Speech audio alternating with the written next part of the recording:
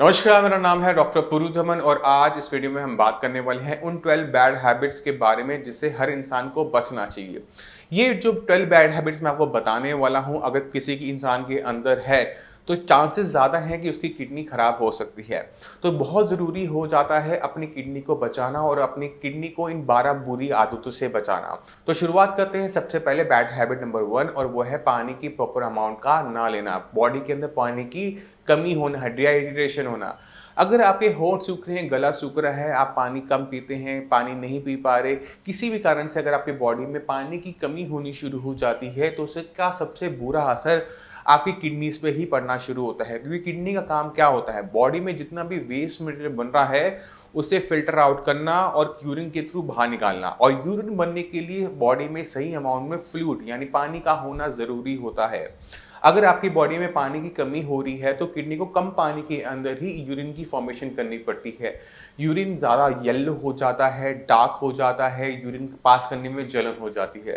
तो अगर आपकी यूरिन का कलर बहुत ज़्यादा डार्क येलो आता है या यूरिन करते समय जलन होती है तो आपकी शरीर के अंदर पानी की कमी हो रही है। और इस पानी की कमी को पूरा करना ज़रूरी है क्योंकि किडनी आज बहुत मेहनत कर रही है कम पानी के अंदर सारा टॉक्सिक मटेरियल बाहर निकालने में। मगर अगर यही चीज़ें रोज़ रोज़ होती रही तो आपकी किडनी काम करना छोड़ सकती है, कम करना शुरू करेगी और आपकी बॉडी के अंदर क्रिएटिनिन लेवल, यूरिया लेवल जैसे जो टॉक्सिक मटेरियल है वो बढ़ने शुरू हो जाते हैं। तो बहुत ज़रूरी होता है बॉडी को सही अमाउंट में पानी का देना।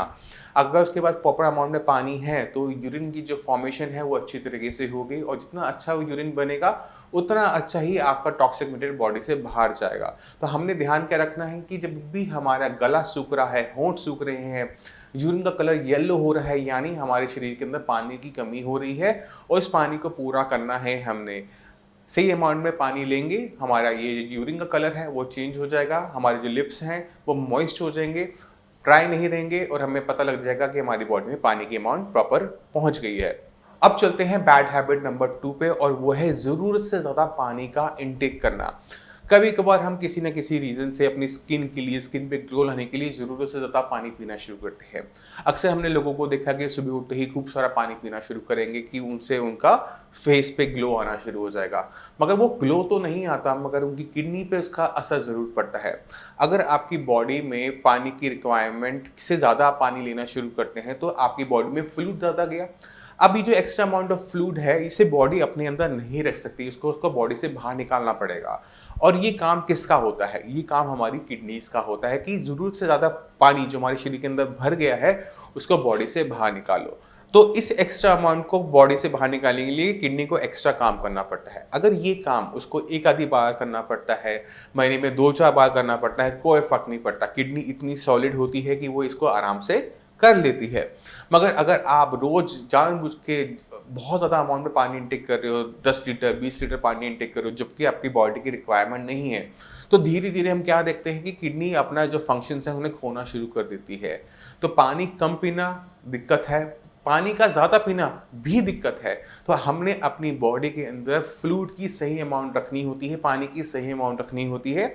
हमें अपनी बॉडी के अंदर लगे हुए सेंसर्स को देखना पड़ता है, समझना पड़ता है। अगर आपको प्यास महसूस हो रही है, गला सूख रहा है, होंठ सूख रहा है तो पानी पीजिए। ज़रूरत से ज़्यादा पानी का इंटेक किसी भी कारण से मत कीजिए। अगर आप करते हैं तो छोटे टाइम के लिए तो कोई दिक्कत नहीं करेगा, पर अगर आप इसको हर में रोज़ करोगे, महीने की दर महीने करोगे, सालों साल करोगे तो आपकी किडनी पर इसका बुरा असर पड़ सकता है और आपकी किडनी खराब हो सकती है। अब चलते हैं बैड हैबिट नंबर 3 पे, वो है कॉफ़ी का ओवर इंटेक। कॉफ़ी सबको पसंद है, कॉफ़ी हमें अलर्ट करती है, हमारे ब्रेन को बहुत अच्छी लगती है। हम बहुत थके हुए होते हैं, हम एक कप कॉफ़ी का पीते हैं और एकदम हमें बहुत अच्छा महसूस होना शुरू हो जाता है। मगर सवाल ये उठता है कि ऐसा कॉफ़ी कैसे कर लेती है? कॉफ़ी को इसको करने के लिए ब्लड प्रेशर को बढ़ाना पड़ता है। जब ब्लड प्रेशर बढ़ता है तो हमारे ब्रेन तक ज़्यादा अमाउंट ऑफ ऑक्सीजन, ज़्यादा अमाउंट में न्यूट्रिशन पहुंचना शुरू करता है और हमारा ब्रेन जो है वो अलर्ट हो जाता है। यानी कॉफ़ी पीने पे बीपी शूट अप करता है, बीपी बढ़ेगा, हमारे बॉडी को अच्छा लगेगा। मगर ये जो बढ़ा हुआ बीपी है, आपके ब्रेन को जो अच्छा लग रहा है वो आपकी किडनी को पसंद नहीं आता। जैसे बीपी आपका बढ़ता है, आपकी किडनी को ज़्यादा अमाउंट ऑफ ब्लड जाना शुरू कर देता है, और जितना वो प्रेशर बढ़ता है किडनी के अंदर, वैसे ही किडनी को नुकसान पहुंचना शुरू करता है। तो अगर आप कॉफ़ी दिन में 1 कप पीते हैं, 2 कप पीते हैं, कोई नुकसान आपको नहीं होगा, क्योंकि कुछ टाइम के लिए आपका बीपी बढ़ता है, फिर वो रिलैक्स कर जाता है। मगर अगर आप ब्लैक कॉफ़ी के शॉट्स लेते हैं, दिन में कई बार कॉफ़ी का इंटेक करते हैं, तो ये एक्स्ट्रा अमाउंट ऑफ कॉफ़ी आपकी बॉडी के अंदर बड़े लंबे टाइम तक बीपी को हाई बनाए रखती है, जिससे आपकी किडनी पर बीपी की वजह से नुकसान देखने को मिल सकता है, किडनी को नुकसान देखने को मिल सकता है।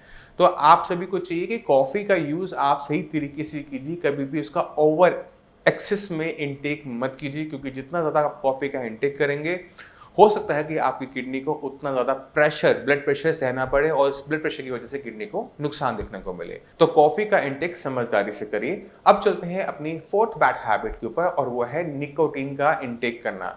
निकोटीन क्या होता है? निकोटीन एक ऐसा केमिकल है जो कि हमारे ब्रेन को रिलैक्स करता है, और अक्सर इसे हम तंबाकू की फॉर्म में लेते हैं।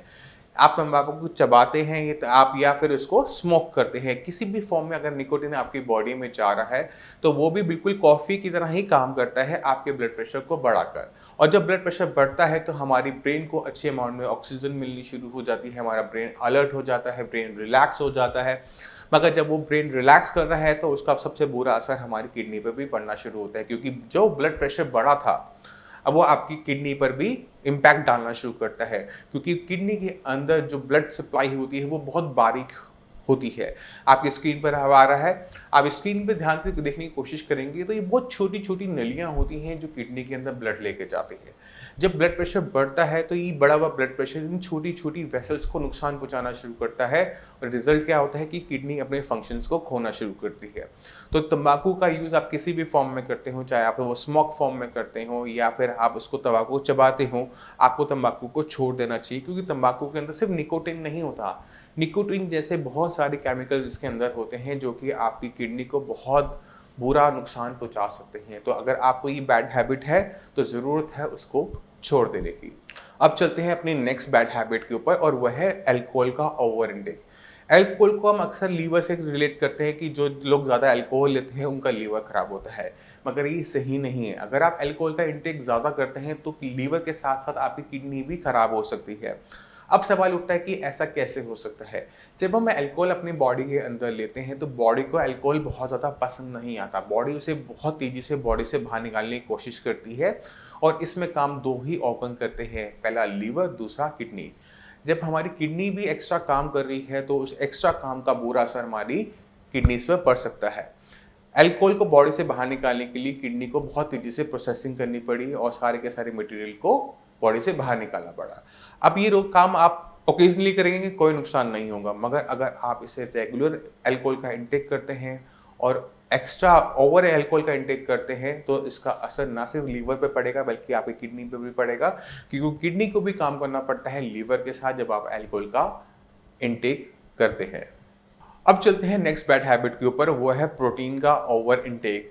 प्रोटीन हमारी बॉडी का बिल्डिंग ब्लॉक है, हमारी बॉडी में हर चीज़ जो बनी हुई है वो प्रोटीन की बनी हुई है, मगर हम कौन सा प्रोटीन खा रहे हैं उसके बहुत ज़्यादा मायने होते हैं।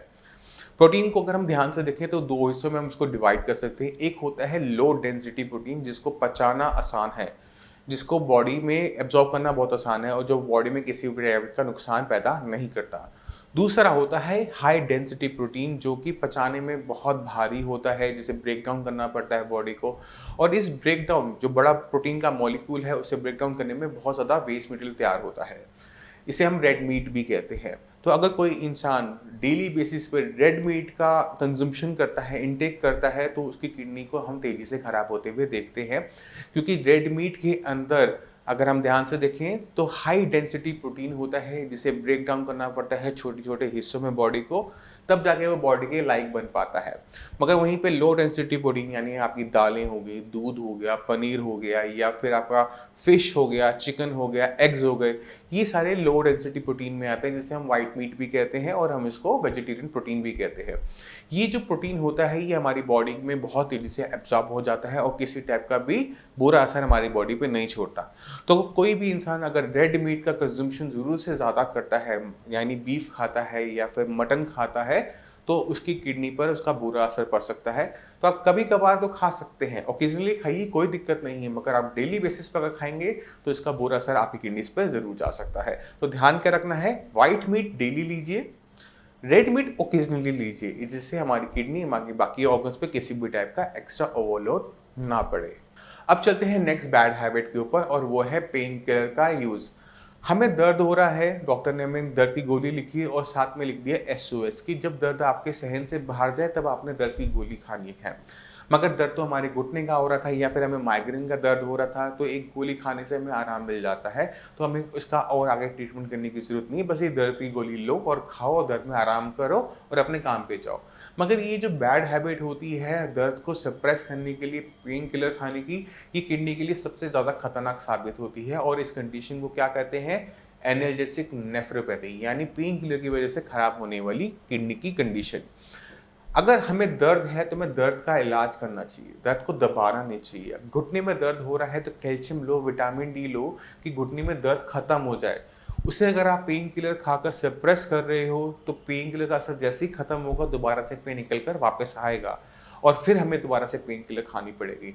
और ये जो पेन किलर होती हैं ये हमारी किडनी को बहुत बुरा असर पहुंचाती हैं, और खासकर नीमोसिलेट जैसी मेडिसिन या डाइक्लोफेनेक जैसी मेडिसिन, ये दो ऐसे पेन किलर हैं जो कि इंडिया में बहुत कॉमनली यूज होते हैं। इन्हें पीले पत्ते वाली गोली या हरी पत्ती वाली गोली भी कहा जाता है।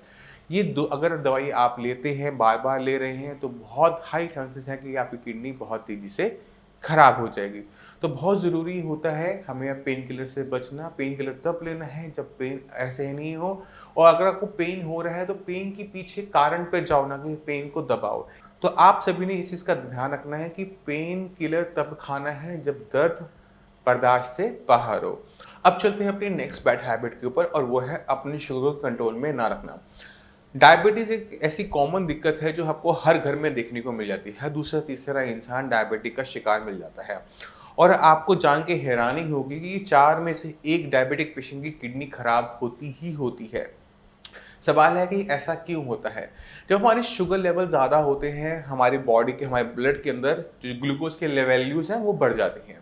ये जो ग्लूकोज होता है ये हमारे हर बॉडी सेल्स को ताकत देता है, मगर जब जरूरत से ज़्यादा ये हो जाता है तो ये एक्स्ट्रा अमाउंट ऑफ ग्लूकोज ही पॉइजन की तरह काम करना शुरू करती है, और हमारी बॉडी के अंदर जहाँ पर भी बहुत बारीक बारीक धमनियाँ हैं, आर्टरीज हैं, वेन हैं, उनके सेल्स को नुकसान पहुँचना शुरू करता है। चाहे वो हमारे आइज़ के अंदर हों, चाहे वो हमारे नर्व्स के सेल्स हों, चाहे वो हमारी किडनी के ही सेल्स क्यों ना हो।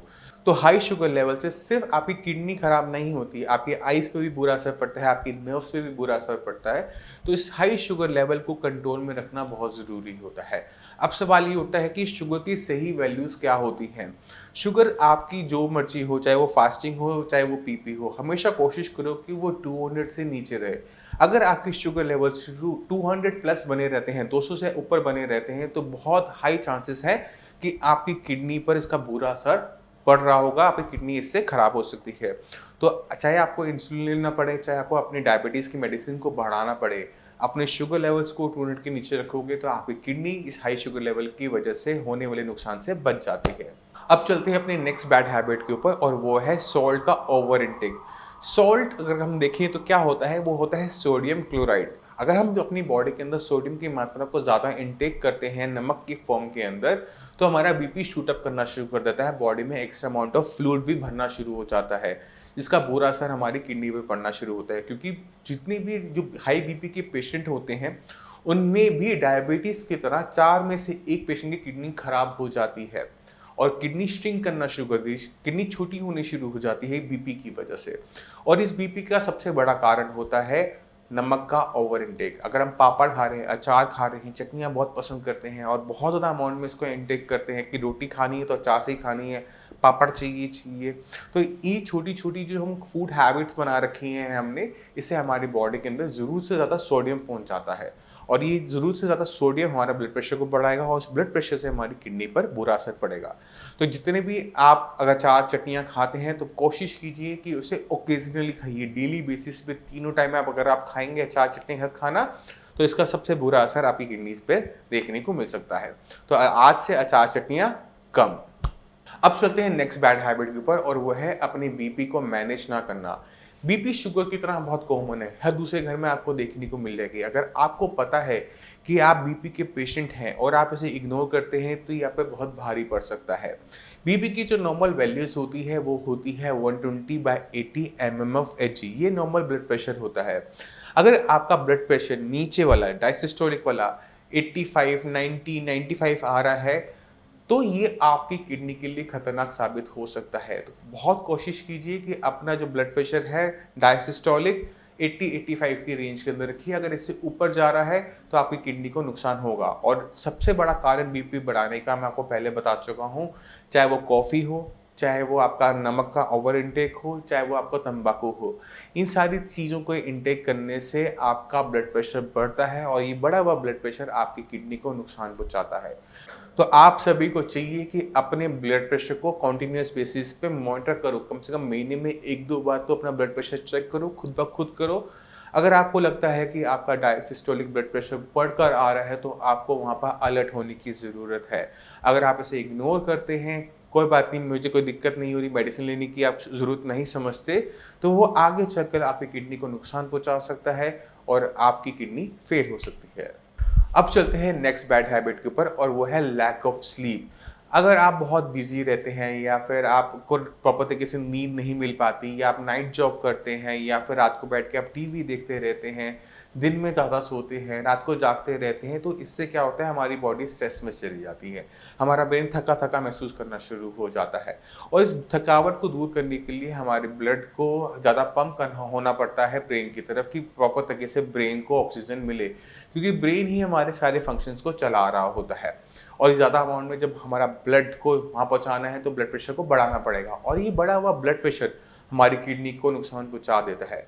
तो अगर आप एक रात जागे हैं कोई दिक्कत नहीं होगी, 2 रात जागे हैं कोई दिक्कत नहीं है, मगर अगर आप रातों रात सोते नहीं हैं, आप बैठ के कुछ ना कुछ करते रहते हैं, काम करते रहते हैं, आपकी बॉडी थक रही है, आपका ब्रेन थक रहा है, आप इसे इग्नोर कर रहे हैं, तो इसका बुरा असर हमारी किडनी पर भी पड़ता है। तो हमारी नींद का हमारा असर हमारी पूरी बॉडी पे पड़ता है, इंक्लूडिंग किडनीज।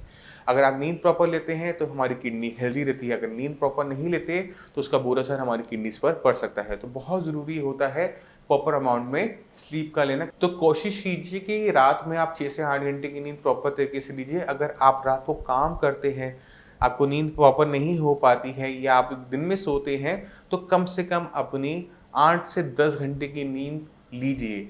जब हम रात को जागते हैं, दिन में सोते हैं, तो नींद हमें थोड़ी बढ़ानी पड़ती है जिससे हमारी बॉडी पूरी तरह से रिलैक्स कर सके और हमारे को ये किडनी की दिक्कतें ना देखने को मिले। अब चलते हैं अपनी नेक्स्ट बैड हैबिट के ऊपर और वह है ओवरवेट को इग्नोर करना। अगर आप ओवरवेट हैं, आप मोटापा आपकी बॉडी में है और आप उसे इग्नोर करते हैं, तो ना सिर्फ उससे आपको डायबिटीज़ होने की संभावना होती है, साथ साथ आपका ब्लड प्रेशर बढ़ने की संभावना होती है। और ब्लड प्रेशर और शुगर जब ये आपकी बॉडी में आ जाते हैं तो किडनी फेल होने की संभावना बढ़ जाती है।